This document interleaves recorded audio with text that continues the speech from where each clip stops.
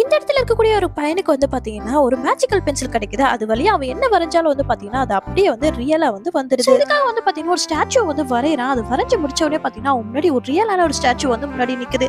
சரி ஓகே, வேற ஏதாச்சும் ட்ரை பண்ணலாம் அப்படின்னு சொல்லிட்டு ரொம்ப தாகமா இருக்கு சொல்லிட்டு ஒரு சோடா கேனை வந்து வரையறான். அதுலயே வந்து பாத்தீங்கன்னா உனக்கு சோடா கேன் வந்துருது. சோ இந்த டைம் வந்து நம்ம வேற ஏதாவது யோசிக்கிறதுக்கு முன்னாடி முதல்ல இந்த சோடாவை குடிப்போம்னு சொல்லிட்டு சோடாவே வந்து குடிச்சிடறான். குடிச்சதுக்கு அப்புறமா தான் உனக்கு ஒரு செம்மையான ஒரு ஐடியா வருது. சரி வா, நமக்கு ரொம்ப நாளா வந்து ஒரு ஆசை இருக்கலாம், அது பிளே ஸ்டேஷன் மாதிரி ஒரு விஷயம் வரையணும் அப்படின்னு சொல்லிட்டு அவன் என்ன பண்ண ஒரு கேம் விளையாடுறதுக்காக ஒரு சின்ன பிளே ஸ்டேஷன் வந்து உருவாக்குறான். ஸோ அதுவும் வந்து அவனுக்கு கிடைச்சிருது. சரி வேற என்ன பண்ணலாம்னு சொல்லிட்டு ஒரு அட்வான்ஸ்டு மாடலா இருக்கக்கூடிய ஒரு ஐபோன் வந்து பாத்தீங்கன்னா அவன் வந்து வரையறான். அதுவும் வந்து பாத்தீங்கன்னா அவன் முன்னாடி வந்து வருது. இப்போ அதை எடுத்து யூஸ் பண்ணும்போது பாத்தீங்கன்னா அதுல அட்வான்ஸ்டு மாடலா வந்து பாத்தீங்கன்னா ஷூட் பண்ணக்கூடிய ஃபீச்சர்ஸ்லாம் அதுல இருக்கு. சரி ஓகே, இந்த டைம் வேறாச்சும் ஸ்பெஷலா கேட்கலாம் அப்படின்னு சொல்லிட்டு அவன் என்ன பண்றான்னு பாத்தீங்கன்னா ஒரு டைமண்டை வரையலாம் அப்படின்னு சொல்லிட்டு டைமண்டை வரையும் போது பாத்தீங்கன்னா பாதியா பென்சில் உடைச்சு அதுல இருக்க ஷேப்போடய பாத்தீங்கன்னா ஒரு பிரமிடே அவன் வீட்டுல வந்து விழுந்துடுது.